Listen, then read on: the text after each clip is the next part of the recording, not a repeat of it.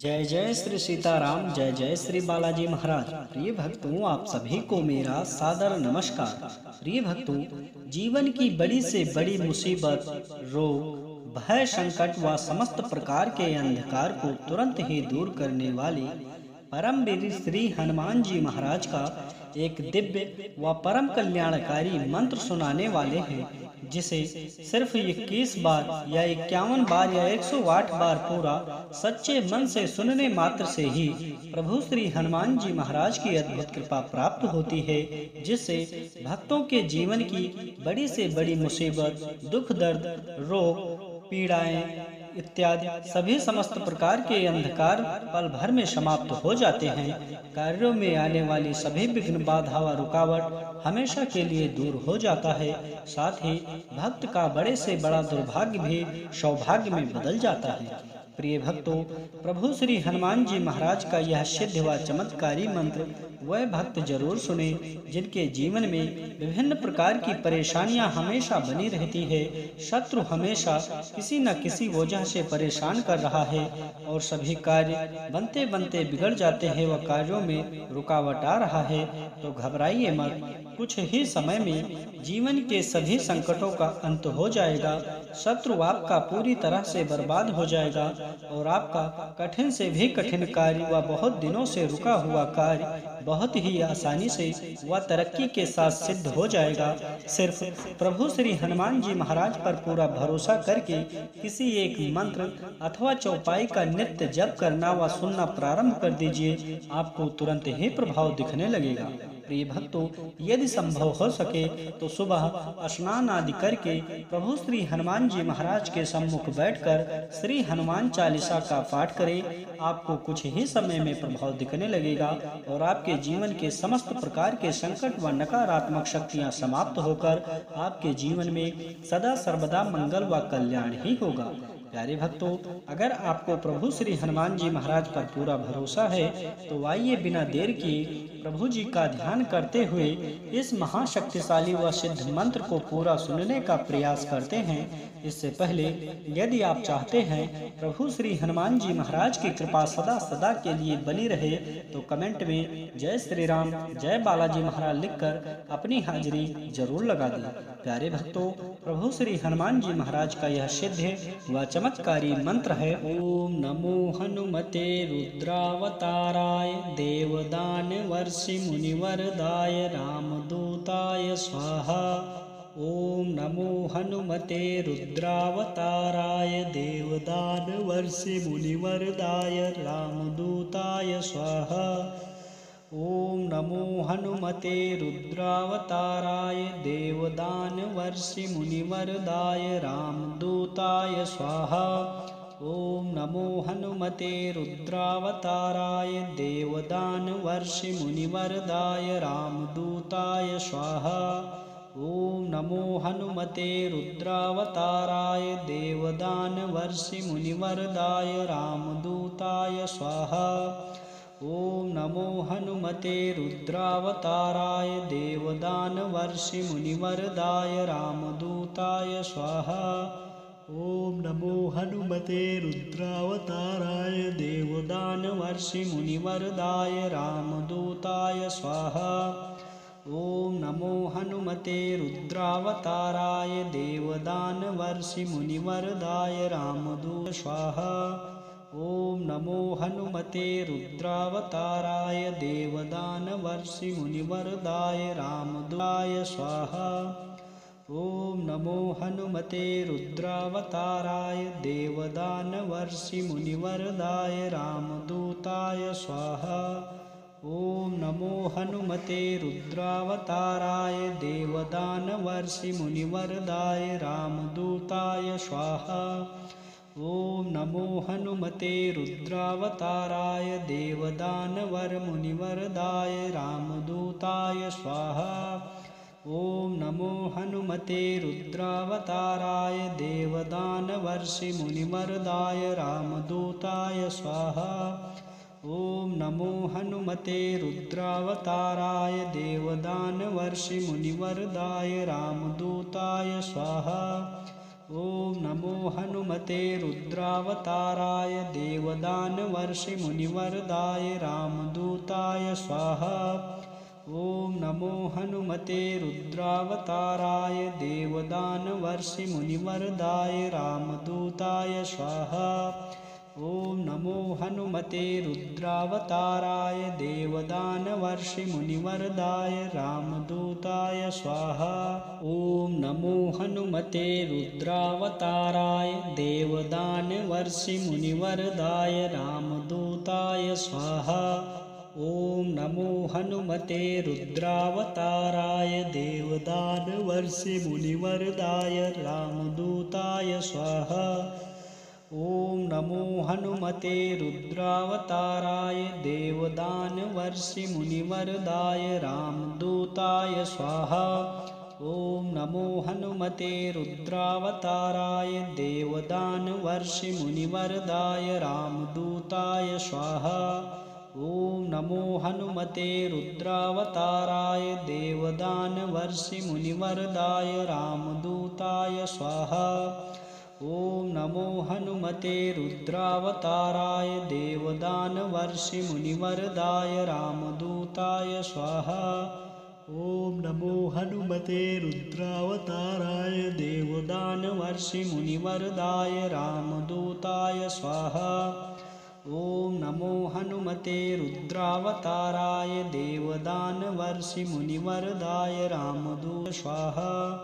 ॐ नमो हनुमते रुद्रावताराय देवदानवर्षिमुनिवरदाय रामदूताय स्वाहा।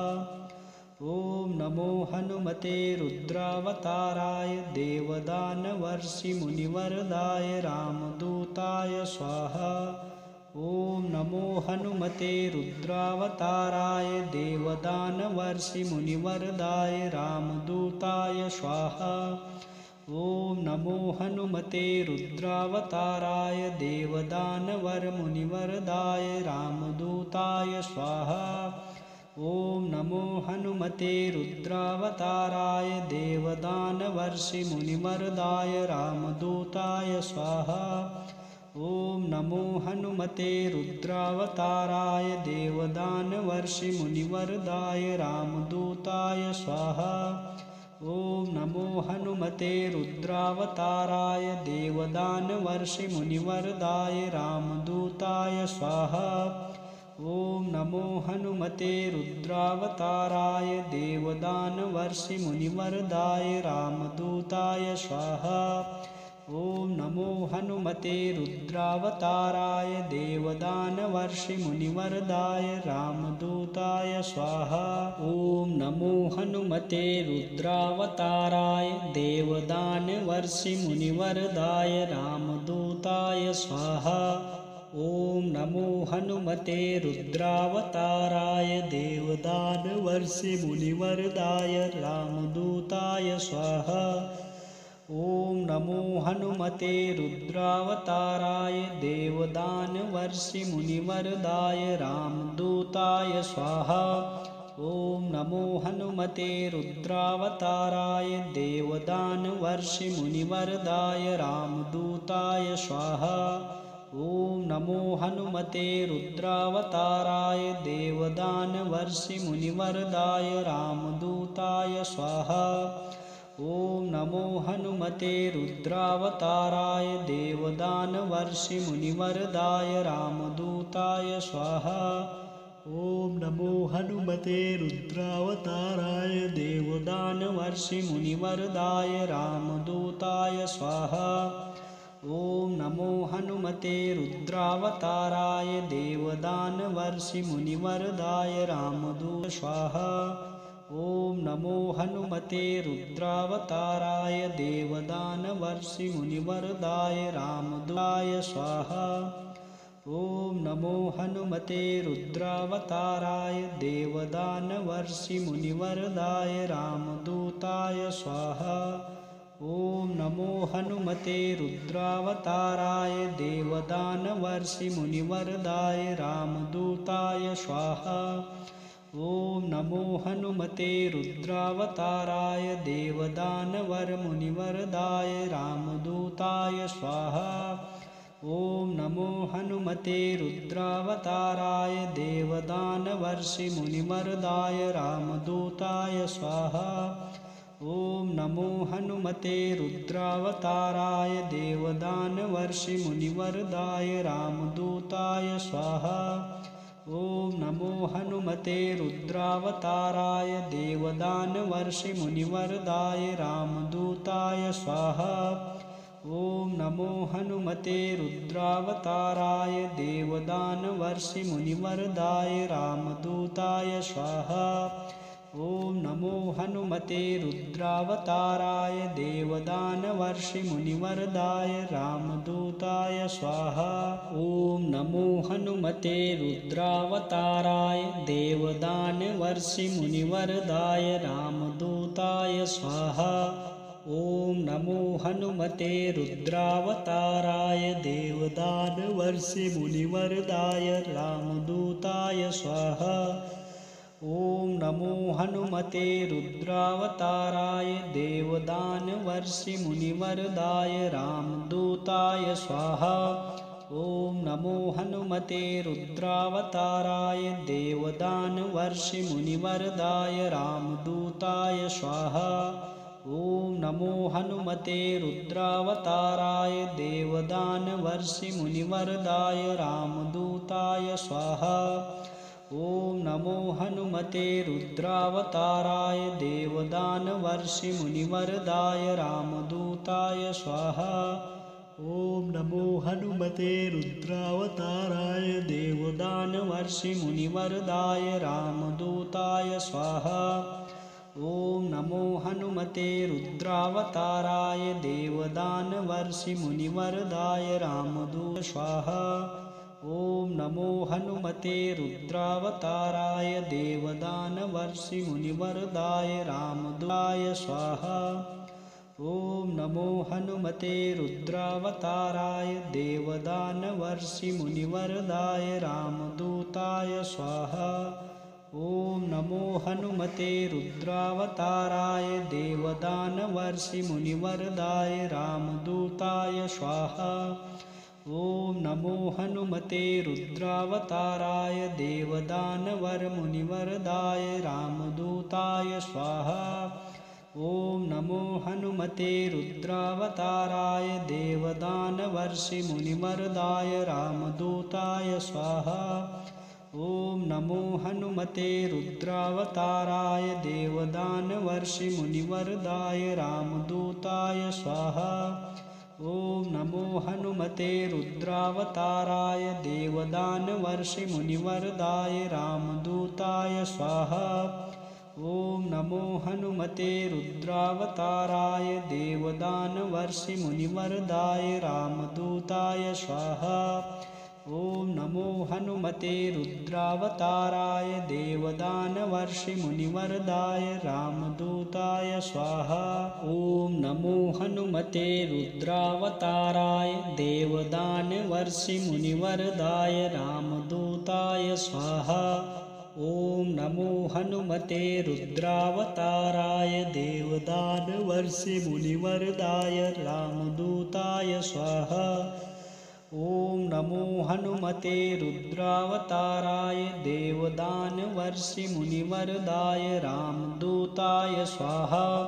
ॐ नमो हनुमते रुद्रावताराय देवदानवर्षिमुनिवरदाय रामदूताय स्वाहा। ॐ नमो हनुमते रुद्रावताराय देवदानवर्षिमुनिवरदाय रामदूताय स्वाहा। ॐ नमो हनुमते रुद्रावताराय देवदानवर्षिमुनिवरदाय रामदूताय स्वाहा।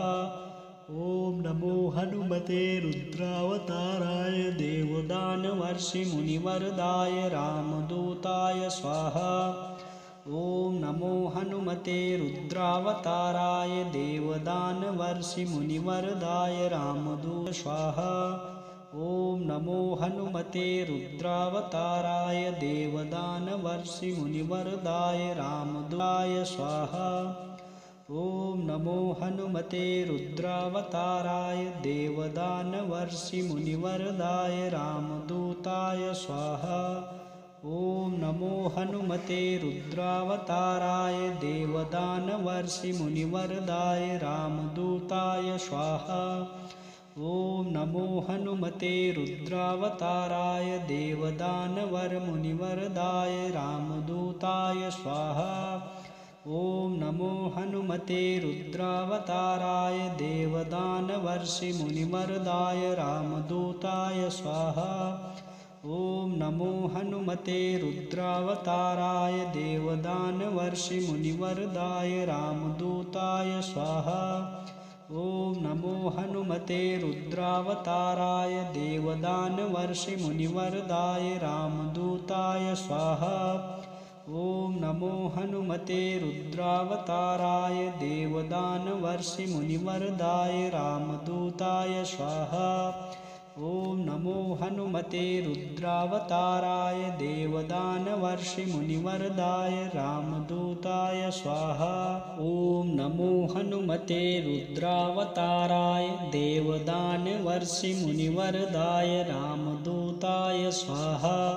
ॐ नमो हनुमते रुद्रावताराय देवदानवर्षिमुनिवरदाय रामदूताय स्वाहा। ॐ नमो हनुमते रुद्रावताराय देवदानवर्षिमुनिवरदाय रामदूताय स्वाहा। ॐ नमो हनुमते रुद्रावताराय देवदानवर्षिमुनिवरदाय रामदूताय स्वाहा। ॐ नमो हनुमते रुद्रावताराय देवदानवर्षिमुनिवरदाय रामदूताय स्वाहा।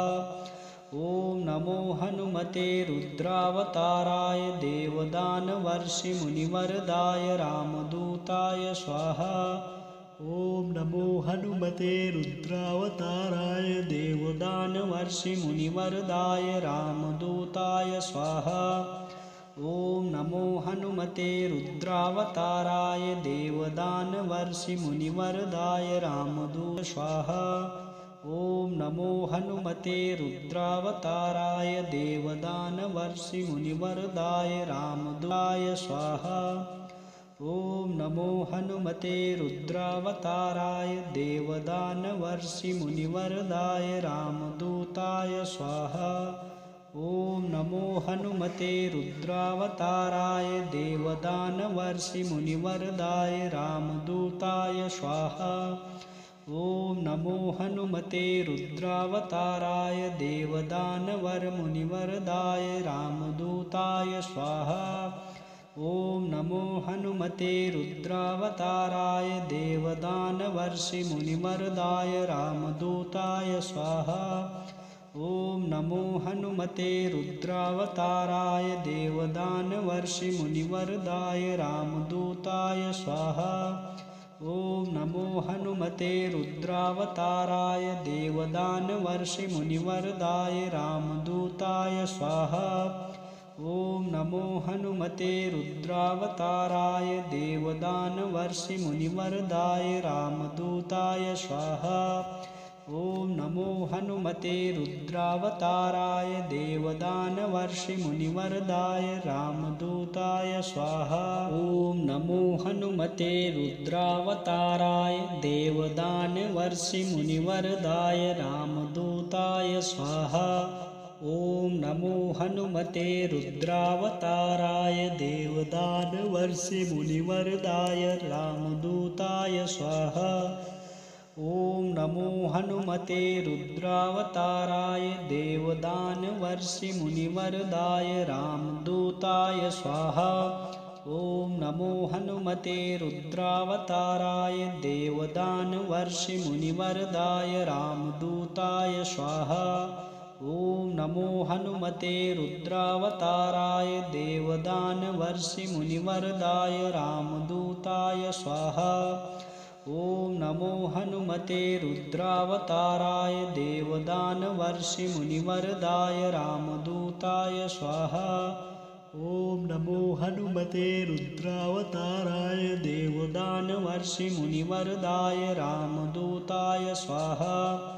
ॐ नमो हनुमते रुद्रावताराय देवदानवर्षिमुनिवरदाय रामदूताय स्वाहा। ॐ नमो हनुमते रुद्रावताराय देवदानवर्षिमुनिवरदाय रामदूताय स्वाहा। ॐ नमो हनुमते रुद्रावताराय देवदानवर्षिमुनिवरदाय रामदूताय स्वाहा। ॐ नमो हनुमते रुद्रावताराय देवदानवर्षिमुनिवरदाय रामदूताय स्वाहा। ॐ नमो हनुमते रुद्रावताराय देवदानवरमुनिवरदाय रामदूताय स्वाहा। ॐ नमो हनुमते रुद्रावताराय देवदानवर्षिमुनिवरदाय रामदूताय स्वाहा। ॐ नमो हनुमते रुद्रावताराय देवदानवर्षिमुनिवरदाय रामदूताय स्वाहा।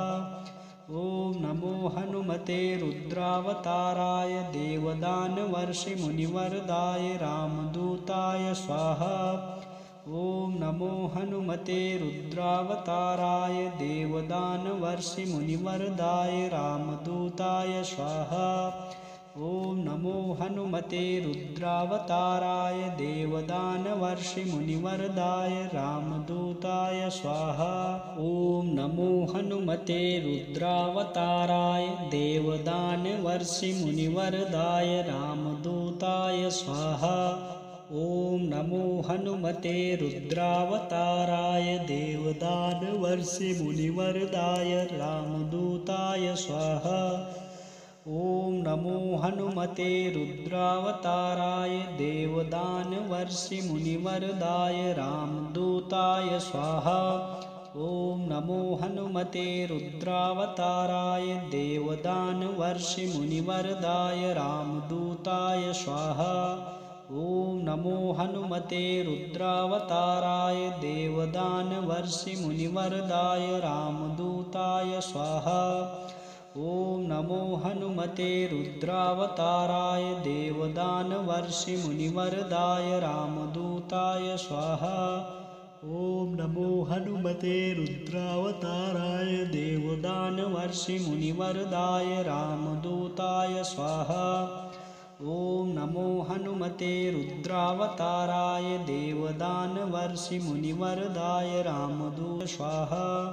ॐ नमो हनुमते रुद्रावताराय देवदानवर्षिमुनिवरदाय रामदूताय स्वाहा। ॐ नमो हनुमते रुद्रावताराय देवदानवर्षिमुनिवरदाय रामदूताय स्वाहा। ॐ नमो हनुमते रुद्रावताराय देवदानवर्षिमुनिवरदाय रामदूताय स्वाहा। ॐ नमो हनुमते रुद्रावताराय देवदानवरमुनिवरदाय रामदूताय स्वाहा। ॐ नमो हनुमते रुद्रावताराय देवदानवर्षिमुनिवरदाय रामदूताय स्वाहा। ॐ नमो हनुमते रुद्रावताराय देवदानवर्षिमुनिवरदाय रामदूताय स्वाहा।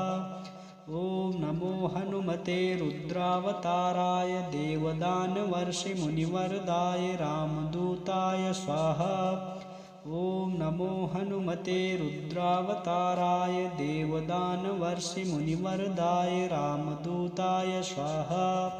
ॐ नमो हनुमते रुद्रावताराय देवदानवर्षिमुनिवरदाय रामदूताय स्वाहा।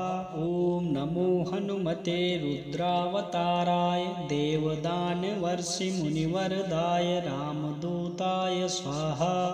ॐ नमो हनुमते रुद्रावताराय देवदानवर्षिमुनिवरदाय रामदूताय स्वाहा। ॐ नमो हनुमते रुद्रावताराय देवदानवर्षिमुनिवरदाय रामदूताय स्वाहा। ॐ नमो हनुमते रुद्रावताराय देवदानवर्षिमुनिवरदाय रामदूताय स्वाहा। ॐ नमो हनुमते रुद्रावताराय देवदानवर्षिमुनिवरदाय रामदूताय स्वाहा। ॐ नमो हनुमते रुद्रावताराय देवदानवर्षिमुनिवरदाय रामदूताय स्वाहा। ओम नमो हनुमते रुद्रावताराय देवदानवर्षिमुनिवरदाय रामदूताय स्वाहा। ओम नमो हनुमते रुद्रावताराय देवदानवर्षिमुनिवरदाय रामदूताय स्वाहा। ओम नमो हनुमते रुद्रावताराय देवदानवर्षिमुनिवरदाय रामदूताय स्वाहा। ओम नमो हनुमते रुद्रावताराय देवदानवर्षिमुनिवरदाय रामदूताय स्वाहा। ओम नमो हनुमते रुद्रावताराय देवदानवर्षिमुनिवरदाय रामदूताय स्वाहा।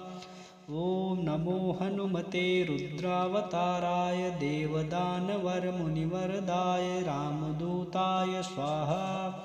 ओम नमो हनुमते रुद्रावताराय देवदानवर्षिमुनिवरदाय रामदूताय स्वाहा। ओम नमो हनुमते रुद्रावताराय देवदानवर्षिमुनिवरदाय रामदूताय स्वाहा। ओम नमो हनुमते रुद्रावताराय देवदानवर्षिमुनिवरदाय रामदूताय स्वाहा। ओम नमो हनुमते रुद्रावताराय देवदानवर्षिमुनिवरदाय रामदूताय स्वाहा।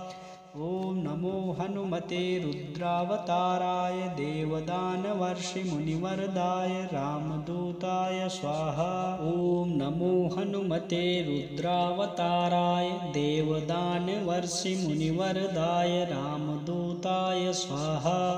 ओम नमो हनुमते रुद्रावताराय देवदानवर्षिमुनिवरदाय रामदूताय स्वाहा। ओम नमो हनुमते रुद्रावताराय देवदानवर्षिमुनिवरदाय रामदूताय स्वाहा। ओम नमो हनुमते रुद्रावताराय देवदानवर्षिमुनिवरदाय रामदूताय स्वाहा। ओम नमो हनुमते रुद्रावताराय देवदानवर्षिमुनिवरदाय रामदूताय स्वाहा। ओम नमो हनुमते रुद्रावताराय देवदानवर्षिमुनिवरदाय रामदूताय स्वाहा। ओम नमो हनुमते रुद्रावताराय देवदानवर्षिमुनिवरदाय रामदूताय स्वाहा। ओम नमो हनुमते रुद्रावताराय देवदानवर्षिमुनिवरदाय रामदूताय स्वाहा। ओम नमो हनुमते रुद्रावताराय देवदानवर्षिमुनिवरदाय रामदूताय स्वाहा। ओम नमो हनुमते रुद्रावताराय देवदानवर्षिमुनिवरदाय रामदूताय स्वाहा। ओम नमो हनुमते रुद्रावताराय देवदानवर्षिमुनिवरदाय रामदूताय स्वाहा। ओम नमो हनुमते रुद्रावताराय देवदानवरमुनिवरदाय रामदूताय स्वाहा। ओम नमो हनुमते रुद्रावताराय देवदानवर्षिमुनिवरदाय रामदूताय स्वाहा। ओम नमो हनुमते रुद्रावताराय देवदानवर्षिमुनिवरदाय रामदूताय स्वाहा। ओम नमो हनुमते रुद्रावताराय देवदानवर्षिमुनिवरदाय रामदूताय स्वाहा। ओम नमो हनुमते रुद्रावताराय देवदानवर्षिमुनिवरदाय रामदूताय स्वाहा। ओम नमो हनुमते रुद्रावताराय देवदानवर्षिमुनिवरदाय